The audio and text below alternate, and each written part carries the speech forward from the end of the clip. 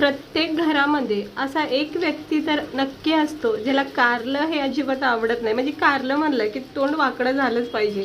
अशा लोकांसाठी किंवा अशा व्यक्तीसाठी ना आज मी तुम्हाला छानपैकी अशी कारल्याची भाजी करून दाखवलेली आहे. ही कारल्याची भाजी ना त्यांना नक्की द्या ज्यांना कारलं आवडत नाही. इतकी आवडीने खातील आणि नेहमी नेहमी कारलं बनवायला सांगतील. कारण खूप छान चवदार टेस्टी आणि अगदी सोप्या पद्धतीने म्हणजे आमची आई करते ना अगदी तशाच पद्धतीने मी ही कारल्याची भाजी बनवून दाखवलेली आहे. तर चला बघून घेऊया आपण याला लागणारं साहित्य, बनवायची कृती. तर इकडे मी 3 मोठाले कारले घेतलेले आहेत आणि थोडीच भाजी करायची म्हणून जास्त केली. हा पेपर जरा थोडासा आथरून घेतला आहे जेणेकरून सगळं कारल्याचे बी वगैरे ना याच्यावर पडून जातील, मग पेपर फेकण्यात येतो. हे कारले मस्तपैकी फ्रेश आलेत बघा, किती कडक आहेत, एकदम छान आहेत कारले, ताजे टवटवीत मस्त. आणि कारले म्हणजे आपल्या शरीरासाठी खूप गरजेचं आहे. तर काय करायचं, याची कटिंग करायची. आता मी ह्याचे गोल काप करते हे अशा पद्धतीने. तुम्ही आवडीनुसार ह्याचे काप करू शकता, म्हणजे चौकन उभे काप. तर मी गोल कटिंग केली. ही बी काढून घेते. बी बहुतेक लोकांना आवडत नाही आणि काही लोकांना बिया वगैरे आवडतात. तर त्यामुळे मी थोड्याशाच काढते कारण मला सुद्धा बी आवडती. तुम्हाला आवडत नसेल तर पूर्णपणे ह्या काढून टाकू शकता. हे बघा अशा काढायच्या, थोड्या थोड्या अशा मधोमध असतात, हे अशा हलक्या हाताने काढून घ्यायच्या. पहिले जुने लोक तर बी म्हणजे भरपूर प्रमाणात कारल्याचं बी खायचे. खाल्लं पाहिजे, त्याच्यामध्ये सुद्धा गुणधर्म असतात. पण हरकत नाही, आवडत नसेल तर स्किप करा. हे बघा आता मी सगळे हे कारल्याच्या बिया काढून घेते आणि सगळे कारले जे आहेत ना ते कटिंग करून घेते. हे अशा पद्धतीने काढून घ्यायचे. आणि कारल्याची काप जे आहेत ना जास्त पातळ करू नका, कारण आपल्याला थोडी फ्राय थोडी करायची ना याची भाजी बनवायची, त्यामुळे थोडेसे जाडसर ठेवायचे. हे बघा मी सगळे कारले जे आहेत ना ते असे कटिंग करून घेतलेत आणि याच्या बी वगैरे काढून घेतलेल्या आहेत. बाहेर पावसाचा आवाज तुम्हाला व्हिडिओमध्ये येत असेल, इग्नोर करा. आता ह्या कारल्यामध्ये ना आपण थोडीशी चिमूटभर हळद आणि थोडंसं चिमूटभर मीठ टाकायचं. काय होतं, हे चिमूट आपण हळद मीठ ना असं सुरुवातीला लावून ठेवलं ना कारल्याला, त्याच्यामधला कडवटपणा ना तो कमी होतो आणि चव मात्र छान येते भाजीला. असं चोळून ठेवायचं. अगदी 10 मिनटं किंवा जास्तीत जास्त 15 मिनटं तुम्ही हे कारल्याला हळद मीठ लावून ठेवली ना, अप्रतिम भाजी होती. कडवटपणा याचा नाहीसा होतो. हे बघा आता मी ना याला चांगलं असं चोळून घेतलं हळद मीठ वगैरे. खूप छान चवदार लागतं. हे मला माझी आई नेहमी सांगते की कारल्याला हळद मीठ लावून ठेवायचं आणि मग भाजी करायची. हे बघा आता मी याला ठेवते 10-12 मिनटं साईडला. 10-12 मिनटानंतर तुम्ही पाहू शकता आपल्या कारल्याचं टेक्स्चर बदललेलं आहे, नरम सॉफ्ट झालेत. आणि हे बघा ही कडेला तुम्हाला पाणी दिसत असेल बघा, हे हळद मिठाचं पाणी सुटलेलं आहे, म्हणजे छानपैकी सेट झाले याला हळद मीठ. आता थोडंसं याला जरा स्वच्छ धुवून घेतलेलं आहे, कारण मग एकदमच हळदीचा कडवटपणा मिठाचा खारटपणा लागतो, त्यामुळे थोडंसं धुवून घ्यायचं. कढईमध्ये तेल तापत ठेवलं. इकडे 1 चमचा भरून असे जिरे टाकलेत. ह्या भाजीला अद्रक वगैरे नाही टाकली तर हरकत नाही, पण लसूण नक्की टाका.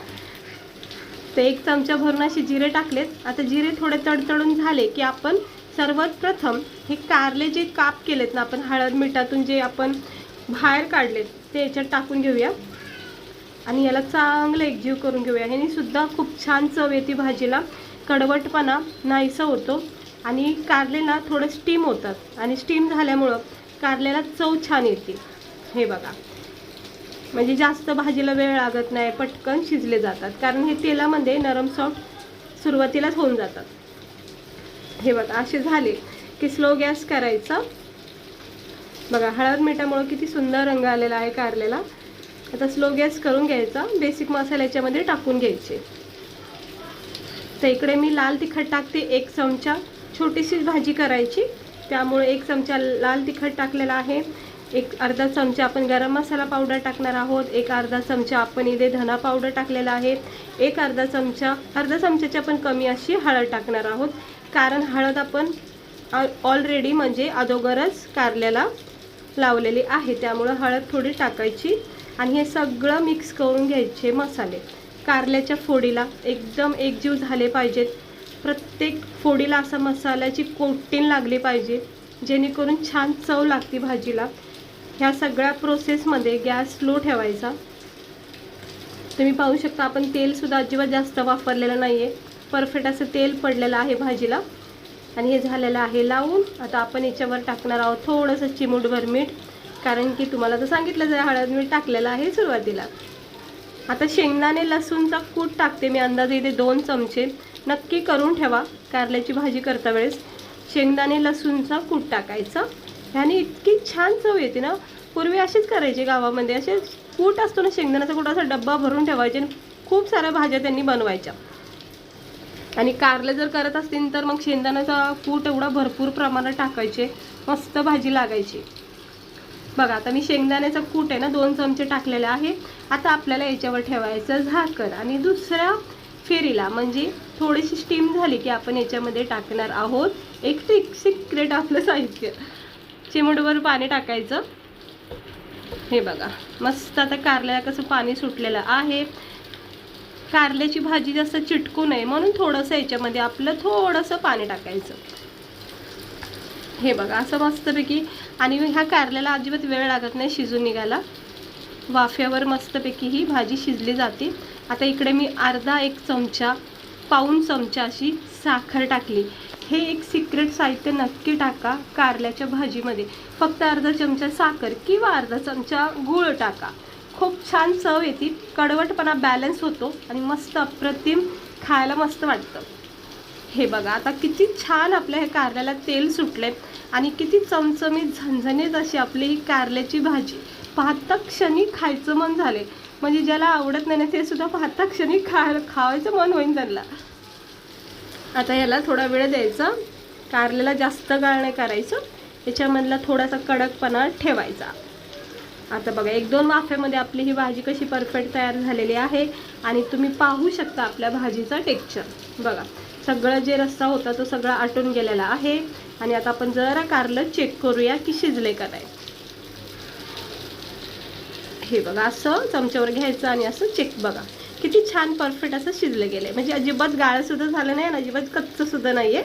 तर परफेक्ट असं शिजून घ्या, म्हणजे खाता वेळेस ती कारलं खायचा एक आनंद भेटतो. अगदीच गाळ केलं तर मग काय म्हणजे वाटतच नाही आपण काय खातो. सगळं मिक्स करून घेते आणि गॅस बंद केलेला आहे कारण कारलं असं व्यवस्थित शिजलेलं आहे. तर इकडे मी गॅस बंद केला आहे. हे सगळ्या वाफा आपल्या जाऊन द्यायच्या. हवं तर वाफा जाऊपर्यंत तुम्ही झाकण ठेवू शकता, पण मी असंच ठेवते. आणि आता मी तुम्हाला दाखवते. हे बघा ही आपली कारल्याची भाजी चमचमीत गावरान पद्धतीने अगदी सोप्या पद्धतीने केलेली ही कडू न लागणारी कारल्याची भाजी.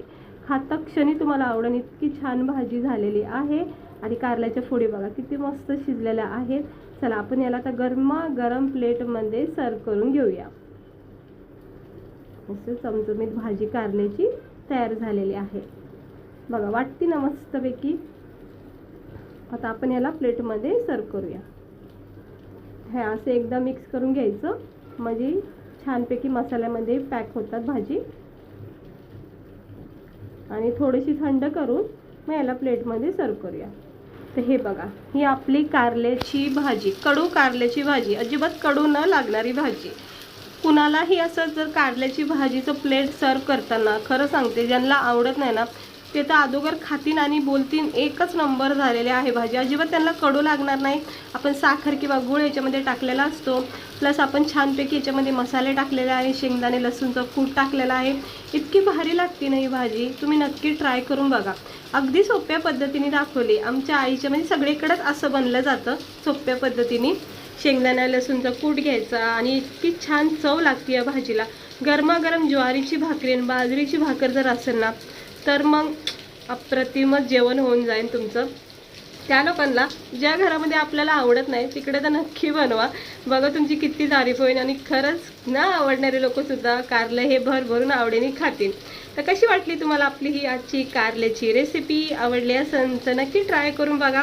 ज्यांना आवडत नाही नक्की त्यांना तरी देऊन बघा. हे बघा मस्त वाटते का नाही? पाता क्षणी खायची इच्छा झाली आणि आता मी खाणार आहे गरमागरम भाकरीसोबत. तुम्ही पण या सगळे खायला. आणि पुन्हा एकदा तुम्हाला नारळी पौर्णिमेच्या हार्दिक हार्दिक शुभेच्छा.